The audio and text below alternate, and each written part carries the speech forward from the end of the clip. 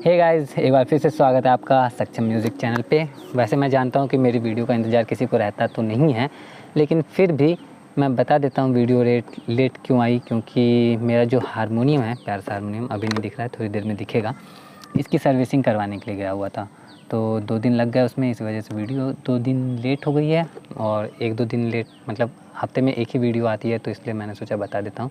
Servicing से पहले आपने पुरानी वीडियो में अगर देखा है तो आपको पता होगा कि बजाते बजाते क्या होता था ना, ये अटक जाता था। तो किसी पे जब अटक जाता था तो वो अच्छे से रिकॉर्ड नहीं हो पाता था। तो वो प्रॉब्लम अब सॉल्व हो गई है। अब बजाने में इसको काफ़ी ज़्यादा मज़ा आ रहा है। और अब आज के वीडियो का टॉपिक क्या है कि अलंकार हमने जान लिया। अब अलंकार के बाद क्या? तो अलंकार के बाद ऐसे तो अलंकार की कोई लिमिट है नहीं, लिमिटेशन नहीं है, बहुत सारे अलंकार हैं। और जब आप कुछ सीख जाते हो ना, तो उसके बाद और बहुत सारे अलंकार आप खुद से भी क्रिएट कर सकते हो, बना सकते हो। तो बना के उसका प्रैक्टिस किया जा सकता है। लेकिन हमेशा, जैसे एग्जांपल आपको मैं समझाता हूँ, जोड़, छोटे बच्चों को जोड़ सिखाया जाता है। अब ज़ाहिर सी बात है कि बच्चा बहुत सारा जोड़ बना सकता है, तो इसका मतलब ये थोड़ी कि उसको जोड़ ही वो बनाता रहे, अपने से क्रिएट कर के बनाता रहे, सोच के बनाता रहे, और बाकी चीज़ें उसको ना सिखाएं जाए। ऐसा तो होती नहीं। तो कुछ चीज़ें हमें सिखा दी जाती हैं, और सिखाने के बाद क्या होता है कि हमें और बाकी अलंकार हम मन होगा तो बनाएंगे, नहीं मन होगा नहीं बनाएंगे, वो हमारी ज़रूरत पे निर्भर करेगा। लेकिन बेसिक अलंकार हमें जानना ज़रूरी होता है, इसलिए हमने उस पर डिस्कस ऑलरेडी कर लिया है। लेकिन अब अलंकार के बाद पहले क्या, तो राग की शुरुआत होती है। राग क्या है? तो स्वरों की वह सुंदर रचना जो मनुष्य के मन का रंजन करती है, राग कहलाती है। और मैं काफ़ी ज़्यादा एक्साइटेड भी था कि अब मुझे भी, मतलब कितना दिन से, आप लोग तो खुद ही देख रहे हो, कितने दिन से सिर्फ सारे गामा कर रहा हूँ। आस पड़ोस वाले लोग भी इरिटेट हो गए हैं मेरे से कि भाई कितना चिल्लाता है, मतलब चिल्लाता नहीं, मतलब क्या बोलते हैं, शोर मचाना, और कुछ ऐसे ही अजीब अजीब सा वर्ड मिलता है। तो खैर कोई बात नहीं, अंडरस्टैंडिंग लोग भी हैं, थोड़ा सा समझते भी हैं। बाकी क्या है, शुरुआत में थोड़ी बहुत जो भी है अच्छा सा ऐसे करके आराम से रियाज़ कर लो, ठीक है, चलता है। तो मेन क्या है कि अलंकार, जब हम अलंकार की बात कर रहे थे कि अलंकार मैंने 16 बताया था, और 16 अलंकारों की प्रैक्टिस मैं भी कर ही रहा था लगातार। तो पिछले संडे को जब मैं क्लास गया था ना, तो सर ने सुना, और सुनने के बाद उन्होंने कहा कि अभी भी बहुत ज़्यादा कमी है। और कितनी ज़्यादा कमी है वो तो आप लोग भी खुद ही देख रहे हो, मैं भी देख रहा हूँ, मुझे भी पता है कमी है।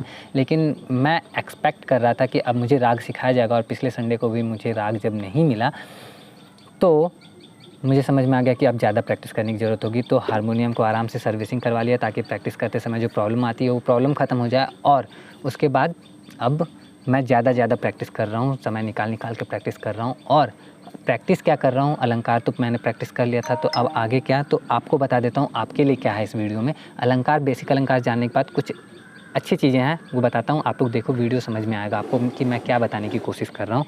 तो आ जाओ यहाँ पर थोड़ा सा। तो अब बात करते हैं कि अब अलंकार क्या करेंगे हम लोग। तो अलंकार से पहले कुछ चीज़ें जान लेते हैं। जैसे हम लोग जानते हैं कि ये सप्तक है, हमारा सप्तक यहाँ तक होता है।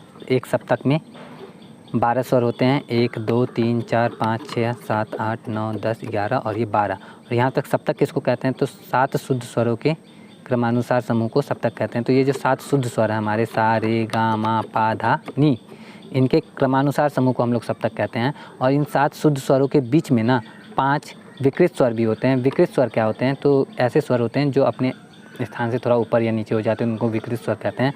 तो सा रे गा मा पा, तो सा और पा को छोड़ दें तो बाकी जो 5 बच गए हमारे पास में ना, उनके विकृत स्वर ये रहते हैं। और इनको हम इस तरह जानते हैं, जैसे ये रे है, तो रे के पहले वाला कोमल रे, उसके बाद ये गा है तो गा के पहले वाला कोमल गा, उसके बाद ये माँ, तो माँ के बाद वाला तीव्र माँ, फिर पा, तो पा तो हमारा सा की तरह है भाई, सिंपल सा अकेला रहता है। फिर धा, तो धा जो है ये धा के पहले है तो कोमल धा, और ये नी के पहले है काला वाला तो कोमल नी। तो ये था हमारा सप्तक, ये हमारे 12 स्वर। और इन्हीं 12 स्वर के बाद हम आते हैं यहाँ पे इस वाले सप्तक में, यहाँ से यहाँ तक में। इस वाले सप्तक, ये मध्य सप्तक है। हम लोग ज़्यादातर प्रैक्टिस यहीं से करते हैं, ताकि आवाज़ को जब ऊंचा ले जाना हो तो हम इधर वाला बटन दबा सकें, और गाते गाते जब आवाज़ को नीचे ले जाना हो तो इधर वाले बटन को दबा सकें। तो इसलिए हम लोग प्रैक्टिस करते हैं मध्य सप्तक पे। और मध्य सप्तक पे हम प्रैक्टिस कर रहे हैं तो हमारा सा रे गा मा पा धा नी, और ये कोमल रे कोमल गा तीव्र मा कोमल धा और कोमल नी। अब हम जब प्रैक्टिस कर रहे थे तो हमने यहाँ से प्रैक्टिस नहीं स्टार्ट किया था, हमने सा यहाँ माना था। यहाँ सा मानने का रीज़न बताया गया था मुझे ये कि जब यहाँ से करते हैं तो धीरे धीरे आवाज़ उठाने में, मतलब यहाँ से जब सा कर रहे हैं, चूँकि सा ये था लेकिन हमने सा यहाँ से बजाया, तो हम कहीं से भी सा बजा सकते हैं, हमारे आवाज़ पे निर्भर करता है। लेकिन यहाँ से हमें सिखाया जाता है क्लासिकल म्यूज़िक में, यहाँ से क्यों सा, अब सा से फिर जैसे ही एक बटन, चूँकि एक बटन छोड़ के हम आगे बढ़ें तो ये जो हमारा नी यहाँ पे ख़त्म होता है वो नी यहाँ पे ख़त्म होता है और हम चले जाते हैं दूसरे सप्तक में। तो दूसरे सप्तक में चले जाने से हो जाता है फ़ायदा ये हो जाता है कि स्वर धीरे धीरे ऊंचा भी उठने लग जाता है। तो अब सारे गामा तो हम पहचान रहे हैं कि सा ये, तो चूँकि यहाँ सा के बाद एक बटन छोड़ के रे था तो इसीलिए इस सा के बाद एक बटन छोड़ के रे, तो सा ये तो रे ये। अब ये तो मैं पहले वाली वीडियो में ऑलरेडी बता चुका हूँ, तो आपको बताता हूँ क्या क्या है कि सा रे, फिर गा को हम इस अंगूठे से बजा रहे हैं, गा मा पा धा नी सा। और जितने भी अलंकार मैंने पहले बताए हैं वो सारे के सारे इसी बेस पे थे कि सा रे गा मा पा धा नी सा, इसके आधार पे थे। लेकिन अब जो मैं बोल रहा हूँ कि अलंकार सारे हो गए, तो अब आगे क्या है, तो आगे सा रे गा और माँ जो ये था हमारा, इस माँ को ना यूज़ करके बाद वाले माँ को यूज़ करेंगे, क्योंकि चूँकि हम जान रहे हैं कि हम सरगम पे इनमें 12 स्वर होते हैं ना, एक सप्तक में 12 स्वर हो रहे हैं। तो जब एक सप्तक में 12 स्वर हैं तो जाहिर सी बात है कि हमसे सारे गामा का रियाज करके अपनी आवाज़ को परफेक्ट तो कर नहीं सकते, तो हमें बाद में बाकी जो बटन हम लीव कर रहे हैं, छोड़ रहे हैं, उनकी भी प्रैक्टिस तो हमें करनी होगी।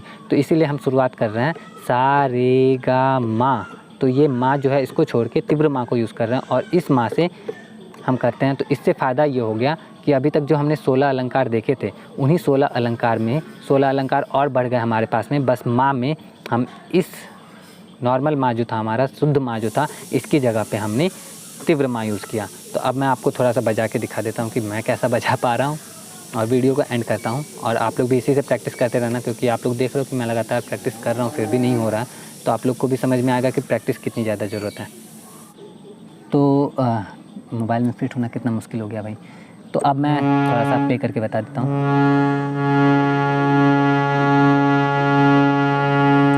सा रे गा मा पा धा नी सा, सा नी धा पा मा गा रे सा।